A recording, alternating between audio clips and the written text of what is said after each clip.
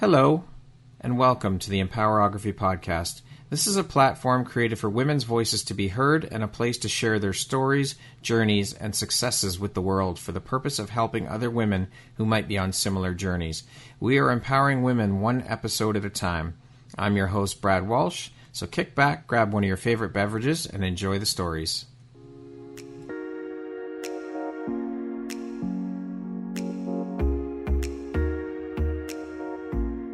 The world needs to hear your message and your story, so don't deny the world of that gift within you that the universe has given you. Someone out there needs to hear your story because it will support them in feeling hope, inspired, and even transformed. Do you want to discover how I help get my clients out of their own way, show up, and confidently share their message? I would love to extend an invitation to you to join me in my free masterclass, Start Your Own Podcast from Idea to Implementation, on Wednesday, April 5th at 1 p.m. Eastern. You can find the registry link in the show notes. Hope to see you there. Hello there, Brad Walsh here, your host of the Empowerography Podcast. Today, my guest is Anna Grace. She is a Juicy Creatrix, a certified life coach, an artist, a body positivity advocate, an Akashic Records practitioner, a Renaissance medicine woman, a wellness seeker, and an alchemist. Welcome, Anna. Thank you so much for taking the time to be here today. How you doing? Thank you, Brad. Thank you for this beautiful introduction. I'm doing well. Excellent. I'm glad to hear it. Well, thank you for taking and making the time to be here with me today. I'm looking forward to sharing your story and your journey with the audience. So let's jump right in. As mentioned, you are all of those things. You wear all of those hats. That is one hell of an extensive resume. How do you find the time for all of this, Anna? And how important is prioritization and organization to you in order to stay on top of things? Yeah, so there is some stuff which is kind of like moving out of the picture, and sometimes it's a seasonal as well, because when I work as a creatrix, as a photographer, as artist, it's very seasonal. In my place, which is Calgary in the mountains, so my winters are usually where I can spend more time doing other work. So it's very seasonal, it's very cyclical, and of course there is prioritization. I'm moving more towards fully embracing coaching full time, while my photography work is on back burner. And this all includes the other modalities we talked about. On the other side, like the art, it's a play. So it's a playground which is bringing me the most of the joy, and I always carve time for my playtime and playing and joy. I usually have schedule when I work on my business, when I see clients in person, when I work with my coaching clients, when I get my coaching in and other stuff. So there is some schedule always around. And of course there is time for family and friends and events and socializing. So I sometimes think my life is very full, but still somehow I carve time for like a peace and, and nature and fun. Yeah. So being a serial entrepreneur or a multi-passionate and wearing so many hats, I would love to know, what does your morning routine look like? It's also cyclical. So it depends on the season. So right now we are in the winter fall season when I sleep a little bit longer, and I usually meditate in the morning at home. And I don't do much in the morning other than meditation, some journaling. When it's nice and quiet, I wake up at 6 usually. And that's really like a nice and subtle, quiet routine. In the summers, I usually wake up before the sunrise, and I love to be out for the sunrise, either for a run every second day. And if I'm not running, it's not my running day because I'm over 40, so I'm apparently not supposed to run every day. Then I'm going outside just to walk my dog, and I meditate by the river. I live right on the edge of the provincial park. Okay. So I'm right in the nature. So I usually just go out and I do my morning routine, which is like a walk, meditation, or run, and then I take a shower, and I'm having my coffee in the morning with elixir, some good stuff in it. Usually like some mushrooms, adaptogens, and cacao. So it's a beautiful elixir. And then I start my work day which is usually my computer, my laptop. Sometimes I go to the coffee shop to socialize, or I have meetings and Zoom or in-person meetings. Quite a full day, good routine to get the day started. So I have to ask, because you've piqued my curiosity, and what is a Juicy Creatrix, and what inspired you to give yourself that title? Yeah. So if you can imagine, like, you are in the jungle, maybe in Mexico or Costa Rica, and there is like a really ripe mango, and you eat the mango without cutting, just like taking the skin off, and then it's really juicy. It's kind of with me and creativity and my ideas. They are always overflowing. Okay. I'm very abundant, or like I feel like if I meet a person, I can see their potential and ideas like flowing around this person. And I have lots of abundant creativity, which is like always juicy. And that's where the word is coming from. Okay. So like juicy mango, just dripping with creativity. What drives, motivates, and inspires you to keep going and pushing and excelling at all that you do, Anna? It's probably the curiosity. And I'm very curious. I love to learn. I always love to learn. And I always have a list of stuff I want to try. I want to explore. I want to see. And I want to learn about. I love to read. I love podcasts and learning from podcasts and then exploring more, like reading books. And I have lots of inspiration from nature, from traveling, and just generally like lots of drive for life and excitement. And so why have you decided to focus your energy and business on helping to empower women? Did this journey for you begin with some of your own personal struggles? Yes, I have lived through some really big struggles, and I call myself survivor, and I overcome some really, really deep traumas and PTSD, which follow those traumas. They came in the childhood, and they were like a multiple traumas, like layer on layer on layer. And I can see how this impacted my life and how much time it took from my life to heal and to just, be well and enjoy the life and feel back in my body. So when I see the woman and I see their potential, I usually can see in the future, like her best self, her highest self. And I can really connect to the stuff which happened in women's life, and with sometimes they are not living the life they want because of the traumas or because of the past. And I know I really can feel how healing those traumas can tremendously change lives, and how empowered woman can basically be a queen and feel so happy. There is so much stress and overwhelm and anxiety, and often people are just running around and they cannot feel the beauty, they cannot see the beauty, they cannot feel the joy. And I just want people to be happy and feel this joy. And sometimes we go through this pain, right? To go on the other side and be able to understand more. And I was in the space when I didn't see this as a blessing. I was not grateful for this pain. But with the healing work I have done around the pain, around forgiveness, I can see how this shaped my life. But also, I want to also help people to shape their life better and to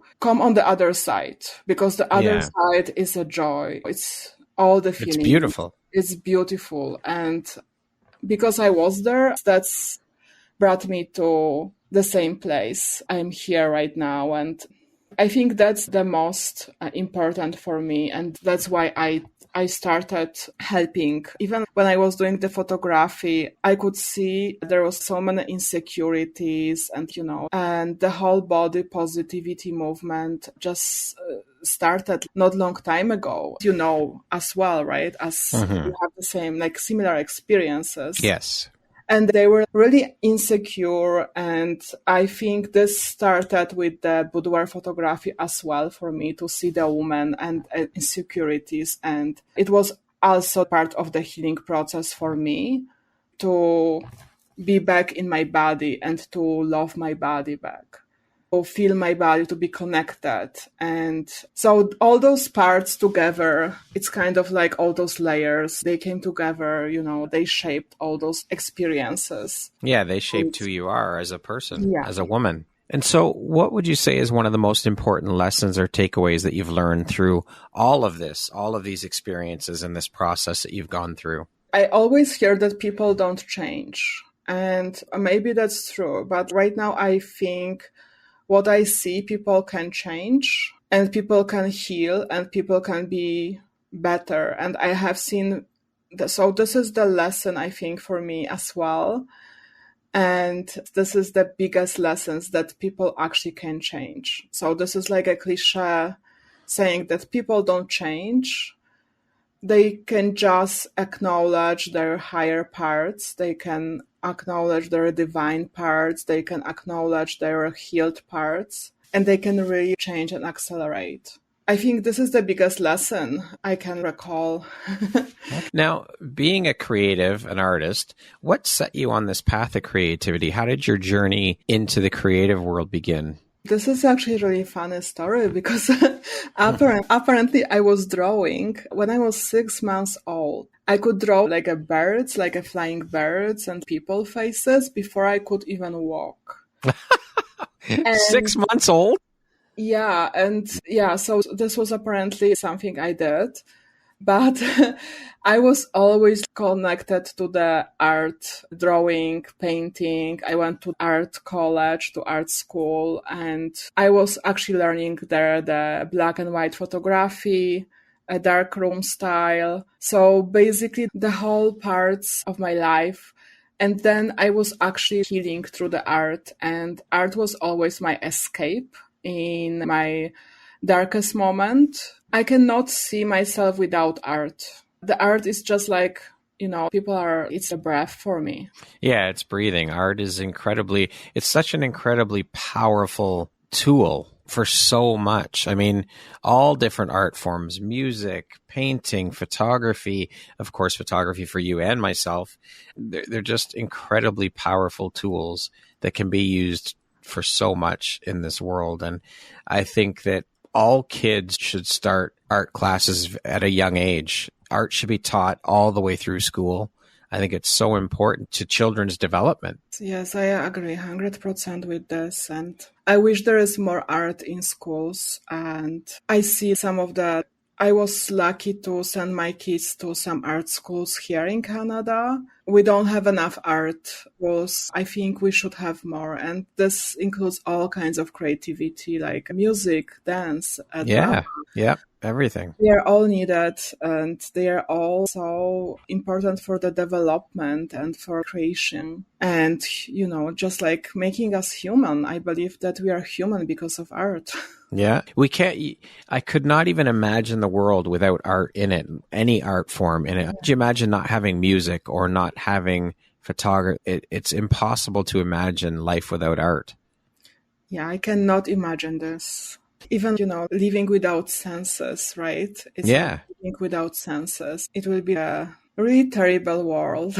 Yeah, I just can't imagine it. No, definitely not. Yeah. So you said that art led to and helped in your healing. So healing tied in with your spiritual path. How did your journey begin down the spiritual path and all of these modalities that you're trained in? How did that start for you? So first it started with religion and always being connected and always being curious about learning about religions. So I grew up as Catholic, but I went away from the Catholic Church at a very early age and decided to be atheist for a while. And then I explored some Hinduism and meditation and stuff. And this brought me back to going to the Quranic school.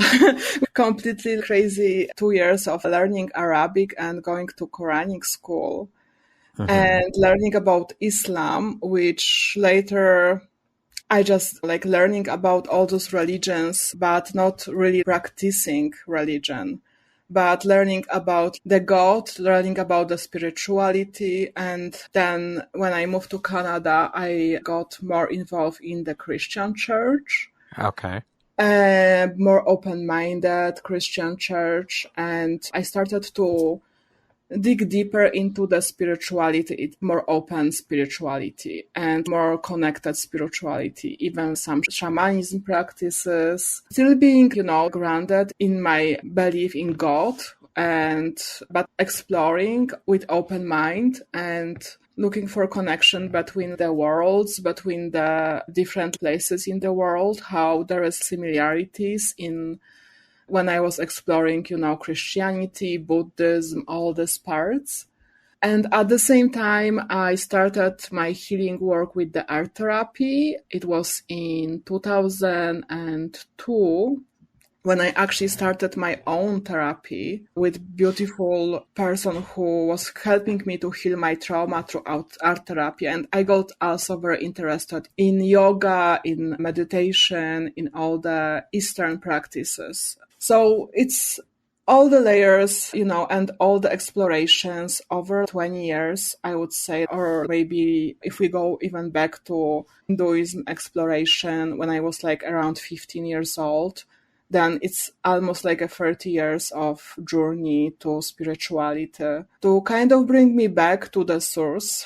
And right now I'm really connected to the Christ consciousness and living my life through the Christ consciousness and through so that's basically the whole journey in the spiritual world, but I'm open to learn always. So I love to learn about the history, about the ethnography, about all the cultures. And because of this, I can always see the connection and I can see layers of spirituality, which are similar, even the traditions from the East side, from the West side, from the Northern cultures. And this was always really my passion to learn about this. And this all connects with the art history as well, right? So that's all together. It's kind of like just fascinating history of the world and way to the spirituality. Everybody has a personal.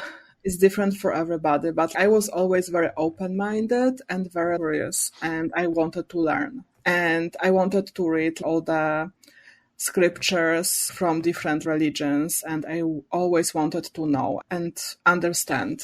So, And so being trained in multiple areas and modalities, can you speak a little bit about that and how you incorporate these modalities into your work, as well as could you give us a brief overview of your approach when working with your clients?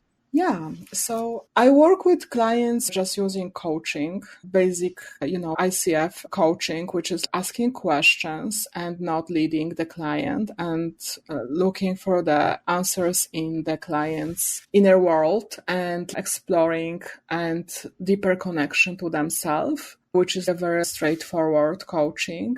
But I also have clients where we use the art therapy techniques. And with some of the more spiritual people, we open Akashic Records and we work with Akashic Records and we work with some of the healing techniques, energy techniques, and then we do coaching and then we do some art therapy.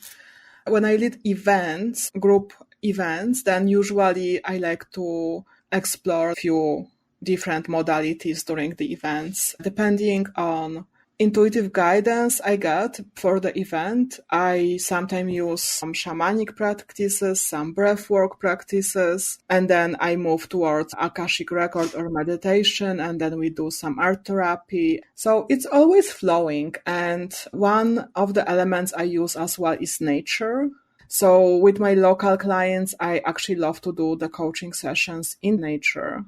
And in nature, we do a normal talk kind of coaching style session, but we can also some stuff like journaling right now. And it's very trendy to journal, but the journaling is actually art therapy technique. And the same with expressive art therapy techniques. They have so many different modalities, which are actually like, it's a meditation can be actually used as an expressive art therapy technique. some embodiment practices where we are moving our body in different directions or dancing. So I try to incorporate all those modalities too, and it's very individual. So when I work with the clients online, on Zoom, we have different approach because we cannot connect, in person. But I really love to work with clients in person, with local clients, and actually explore all the senses and use all the senses to heal and all the senses to coach. And that's one of my favorite things to see, and to see how simple things are even changing when we are going for a session, let's say to the forest, and we do the session just walking barefoot, or using some of the cold deep therapy or breath work. And so there is lots of intuitive guidance in how I work with every client. And sometimes we just start with the subtle techniques, which are just like a painting or drawing. And then we move to more expressive ones, which are actually a movement and scream or anger, different anger releases from the body, or some of the somatic techniques. Yeah, so it's full layer of the modalities. And I think one of my favorite too is the poetry and adding the movement to the poems. Working on let's say there is an issue we are working on and the problem we are trying to resolve, and just writing few poems about this problem. First poem, and using different tone modalities. So one is, let's say, angry, then the other is we are grateful, or the other is we are forgiving. So there's lots of options to work with art therapy because it's working with subconscious mind. Yeah. So all the healing, all the coaching can be really accelerated with art therapy. And the art therapy tools are usually, so rich. And there's so many options. So there's option for every client. Now, you say that you bring good girls to wild queens through revolting, embracing their sacred feminine, and discovering their unique soul magic. Why is this particular mission so personally important to you, and how do you help your clients accomplish this? This is important for me because I was a good girl as well. And in my past life, a previous life, this life, but let's say a few years ago, I was really compromising a lot of things and sacrificing myself. And because of this, I was always overwhelmed. I was always overworked. I was kind of living like this bubbly head, not feeling, not connected. And this also was taking me away from the joy. And even when I had those packets, I called it like a pockets of happiness, because I was always able to express some joy, but it was not constant. It was not the feeling of peace and joy, constant piece of love and joy. It was most likely maybe 20% of the day. And I knew this was, right now I know that this was because of the compromising a lot of things about being a good girl and trying to fit the roles, not being fully expressed, and not being fully expressed in all my gifts, because I was sometimes ashamed of the gifts I got or of the person I am. And I see a lot of this guilt and shame. And this is what I really would love to slay and help people to leave behind, especially girls. That I actually work with some clients who are male, but they also sometimes are showing in different scenarios and they are not really embodying who they are supposed to be. And there are so many people who are just waking up, going to work, coming back to work. They are numbing with Netflix or... They're like zombies. They're not living their lives. Yeah. They're just doing what they think they're supposed to do. And that's what's important for me. And that's why I want them to rebel. I want them to rebel because we can have a better lives. We can live better lives. We can just have more joy and just have more pleasure in life. And pleasure doesn't have to be like this crazy, like it doesn't have to be like a Lamborghini and mansion. Some people are thinking this is going to bring them pleasure. Sometimes it's the simple things just bringing us the pleasure daily. and bringing us back to who we really are. We all have gifts, and some people can see the good in others, and some people can see those gifts in others.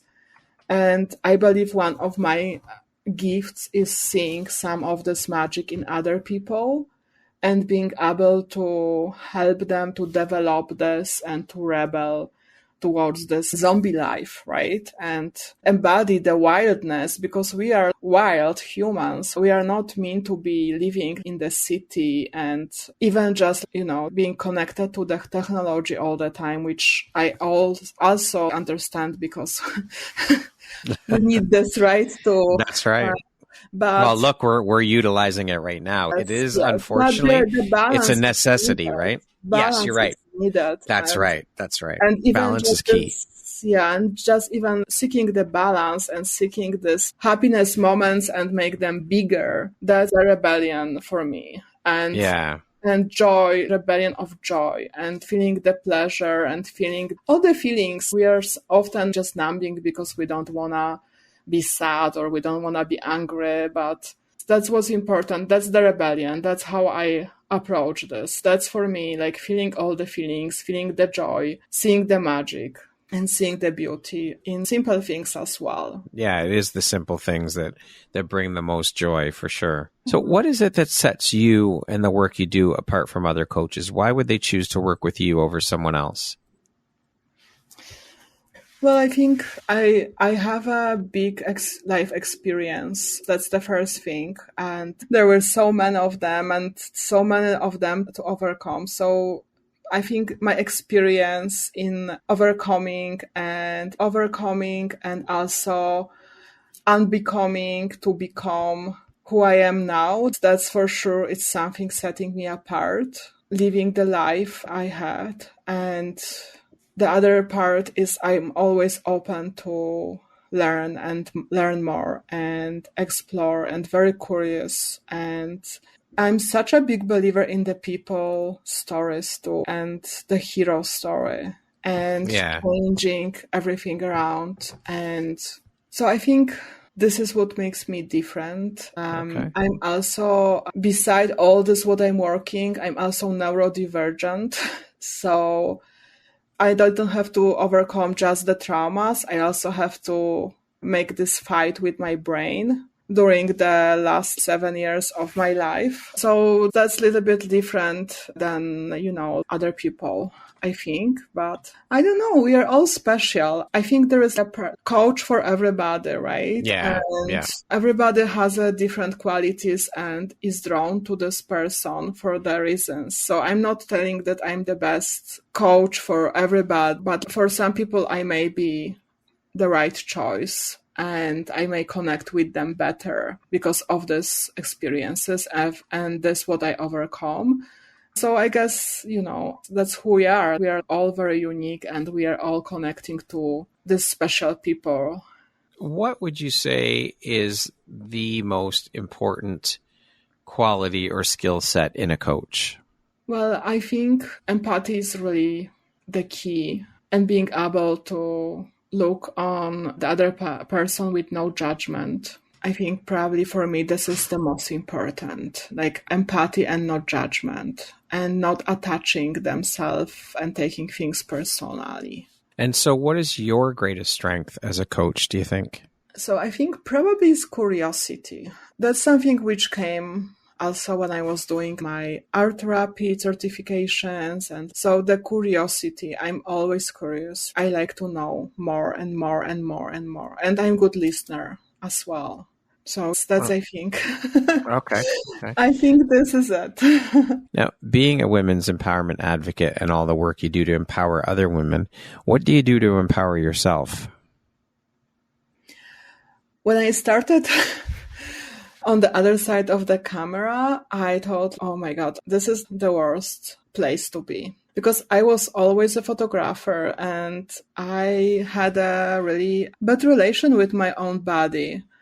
And I didn't love my own body. I abused it a lot with diets and different crazy fat diets and stuff, trying to be skinny and skinnier and skinnier. And then binging. And so there was a lot of this and not loving my body.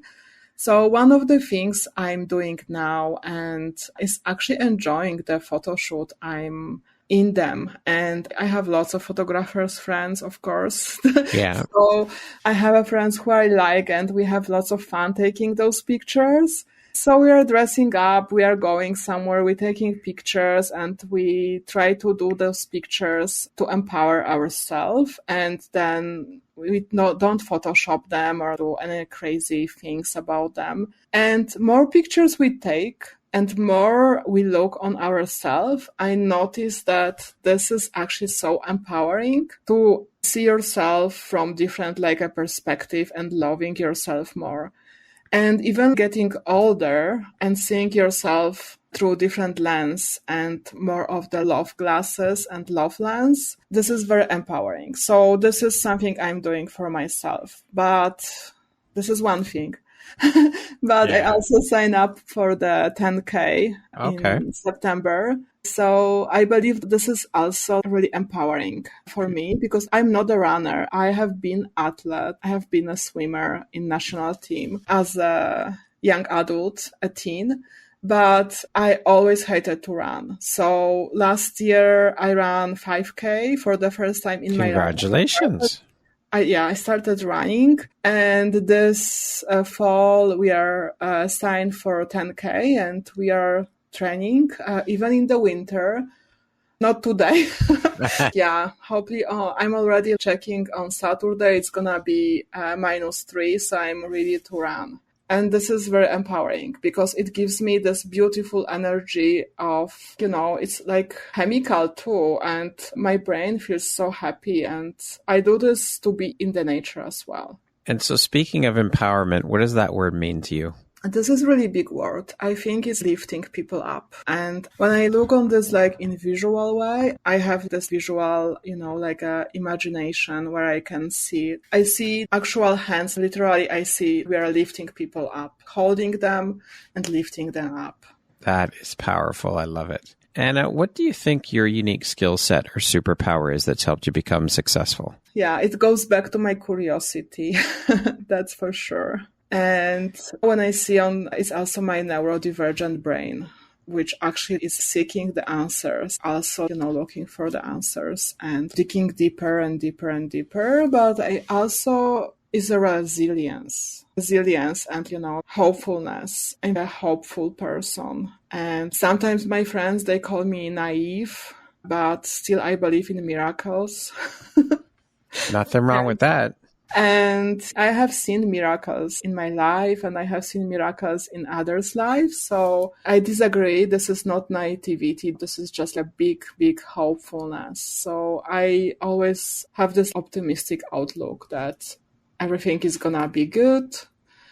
How do you define success? What does that word mean to you?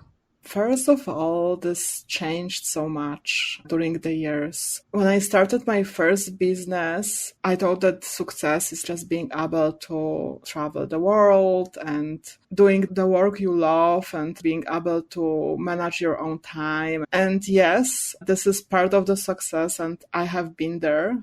And I'm really grateful that photography brought me around the world and I was able to, travel so much and see so many beautiful places. But also it changed lately. I think right now I see it more as actually a peace and being at peace and being at peace with yourself and being able to just feel this joy of life. So this is success for me, being fully embodied in this joy. It's also like moving target. So I think it was changing in the perspective of the years. And I don't know if it's steady, but I feel basically successful all the time since last 20 years, even through the failures. I still feel so maybe it's a feeling. Maybe it's a feeling, you can have this feeling regardless where you are. What would you say is one of the most important things you've learned in your life? And what was your life like before you learned it? And what was your life like after learning it? Yeah, I was thinking about this question. And I think one of the important things is that when you are living in the victim mentality, you are really not seeing beyond. the victim mentality. And it's really hard to actually to break out from this. It's really hard to, but then when you're on the other side, it's totally different world just opened, and there is world of possibilities. And so one of my biggest lessons was to see this and to actually understand this, because when people are in the victim mentality, they don't see it. They are not able to comprehend this. And then suddenly when they are on this other side and they see all those little pieces, like how hard some stuff can be. So I guess that's how I can define this. It's very hard to see it when you're in it. You have Yes. to be able to take a step outside of it or take a step back and look in, but that's not easy to do. And I also notice people are often judging. For sure. People are in victim mentalities and they cannot break through it. Yeah. But this is a really hard thing to actually break. It's really, really hard to break through it, especially for people who have lots of PTSD, which is layered up, and they never had a professional help. I can see this is really hard. So I'm never judgmental. I'm never judging people who are still there. And I know it's really hard to break.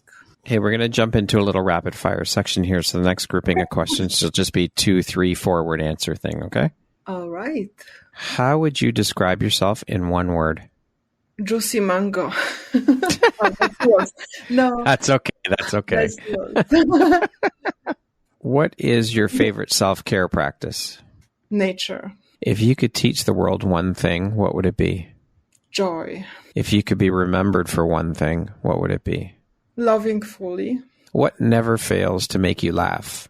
Dogs. That concludes our rapid fire section. Now back to our regularly scheduled program. What challenge in your life, Anna, has shaped you the most?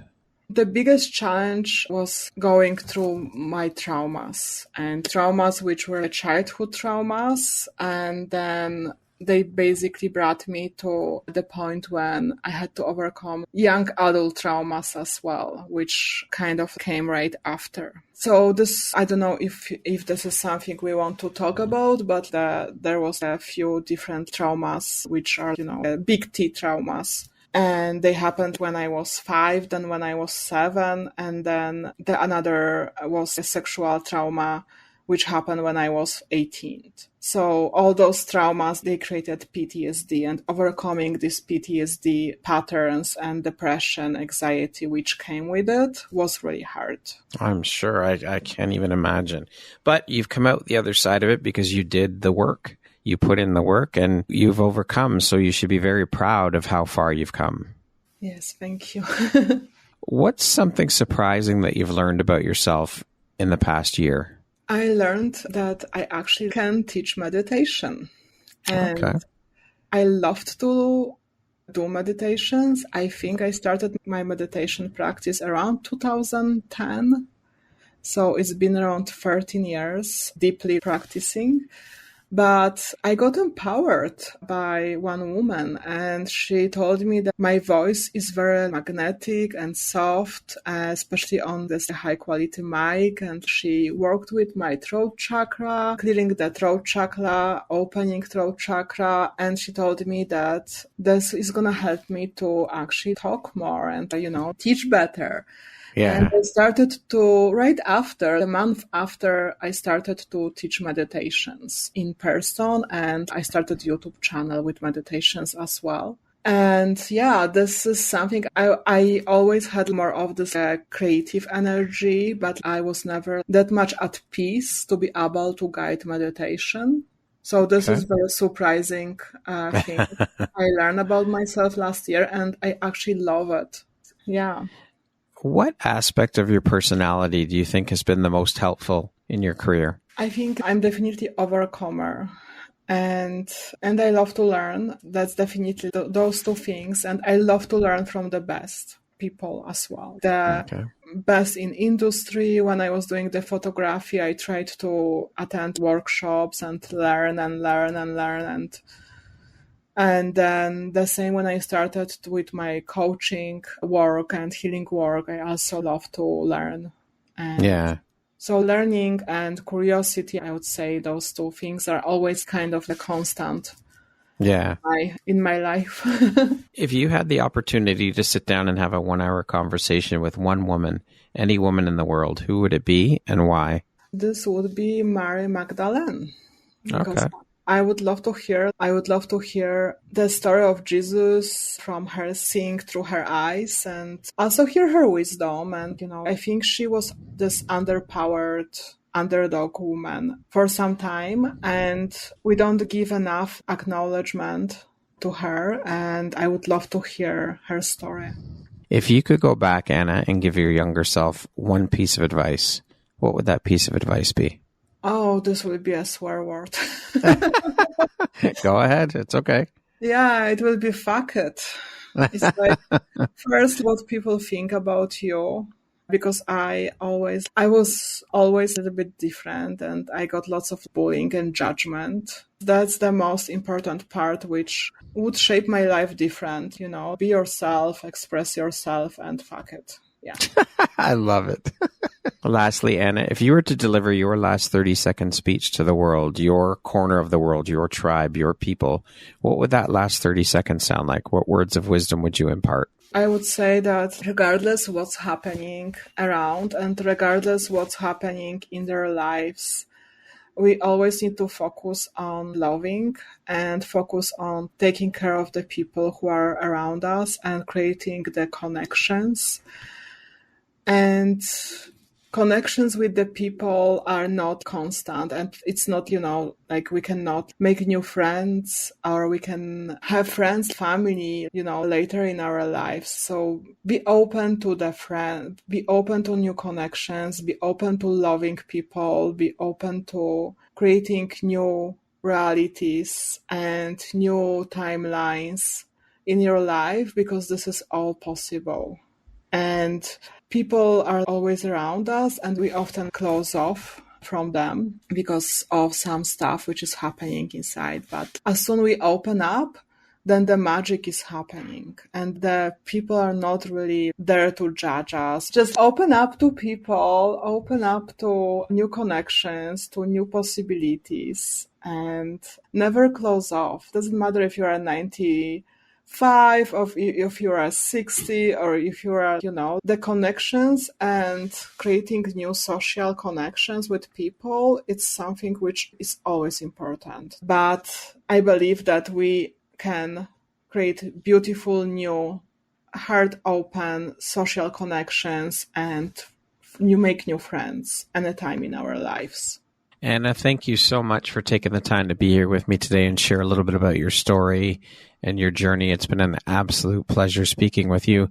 Keep shining your bright, beautiful light out into the world. And thank you. I'm grateful to have you as a member of the Empowerography community. You are very welcome, Brad. Thank you so much for your kind words and hosting. My pleasure. Once again, my name is Brad Walsh, host of your Empowerography Podcast. Today, my guest has been Anna Grace. She is a Juicy Creatrix, a certified life coach, an artist, a body positivity advocate, an Akashic Records practitioner, a Renaissance medicine woman, a wellness seeker, and an alchemist. Thank you so much, Anna. I hope you have an amazing rest of the day. Thank you, Brad. Have a beautiful day. Thank you. Thank you very much for listening to this podcast. If you haven't yet, please be sure to subscribe, rate, review, and share with all your friends.